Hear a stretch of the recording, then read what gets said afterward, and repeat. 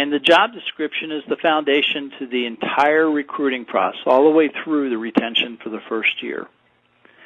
And what's interesting to me is that so often the interviewing process is what gets dinged when a bad hire was made. I have to wonder, how many times was the job description flawed? Because think of this, the job description dictates who you're going to source. Once you've sourced candidates and selected whichever one's the best candidates or the ones you want to interview, now you have that interviewing group.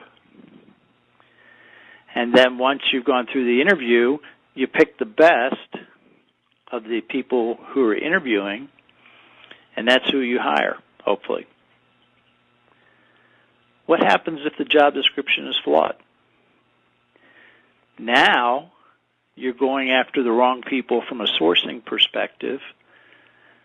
You've collected those people, those resumes, you forward them onto the manager, and now the manager is interviewing a group of people that match the job description but really don't match the job, and they select one, and 6 months down the road, that person doesn't work out. Therefore, it's really important to make sure that your job description matches the job. And there's that building over in Italy, the Leaning Tower, that demonstrates the effect of a poor foundation on a famous building. And by the way, it's funny because I've used this picture several times, and every time I use the picture, Lorman comes after me and says, "You have to get okay from the person who drew the picture." Well, that was my wife, so that was easy. So anyway, let's move forward. We got to have that foundation so that we can get our sourcing and our interviewing done correctly. And how important is the job description? When you create a strong job description, the combination gives you a crystal clear view on the required skills and experience for the whole process: sourcing, interviewing, selection of the best candidate, and the guidelines to the base annual review.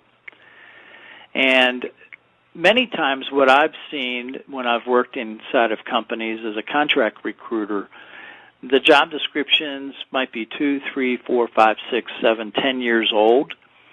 And in that period of time, technology has changed. Sometimes the software that the company uses has changed.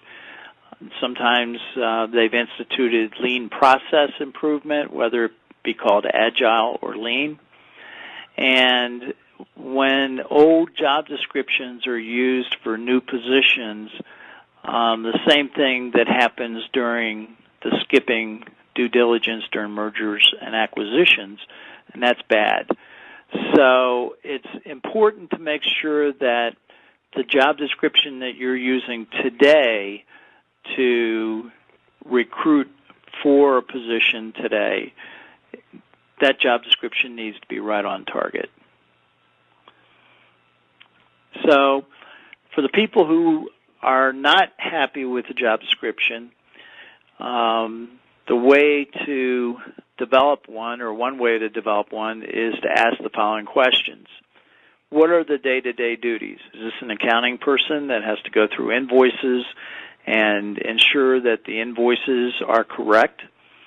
Is this somebody that's a recruiting coordinator and maybe have to source resumes out of the applicant tracking or HRIS system?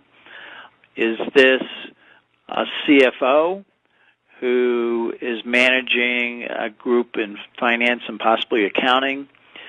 So what are the day-to-day duties of that person? Many times they also have weekly duties. And on Friday, one of their weekly duties may be to ensure that they've had the one-on-ones with their direct reports.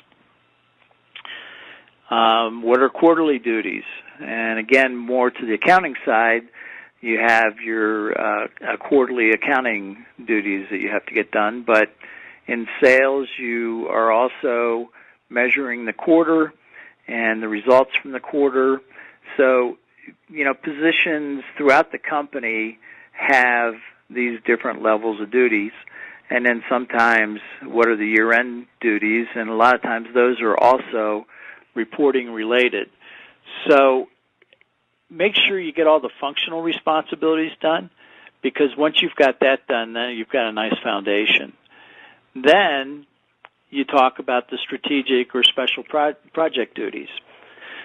Some positions don't have either a strategic or special project duty. That could be on the line in a manufacturing facility.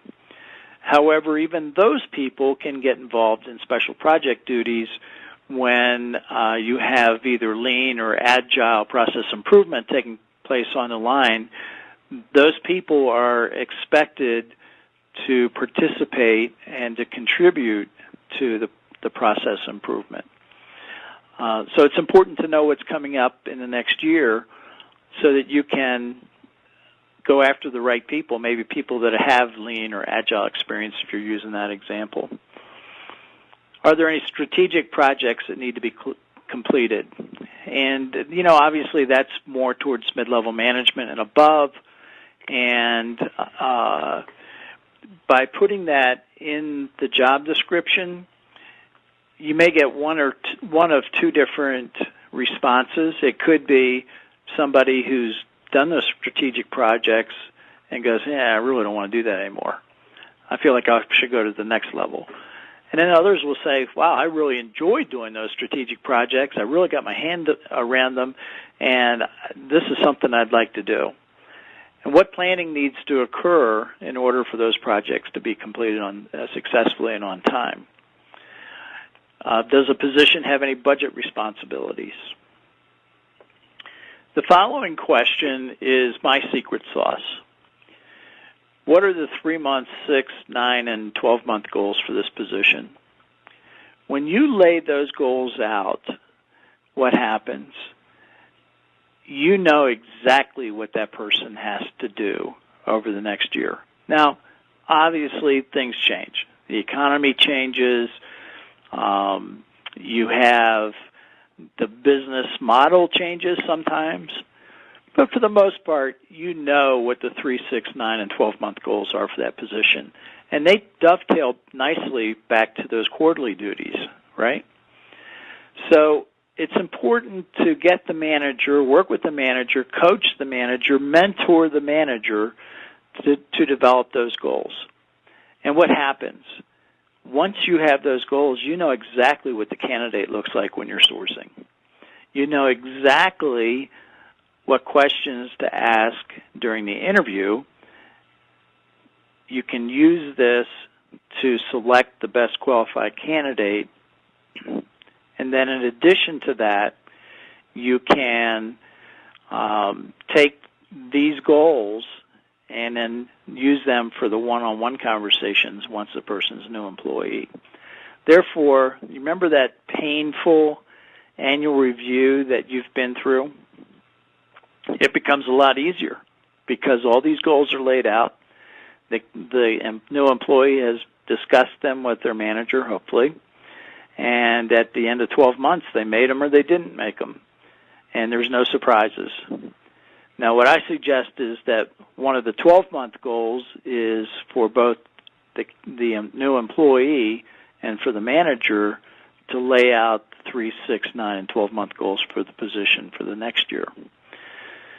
So this is really important, and if you do lay out those goals, then you'll find that you're going to be much more successful in recruiting the right people.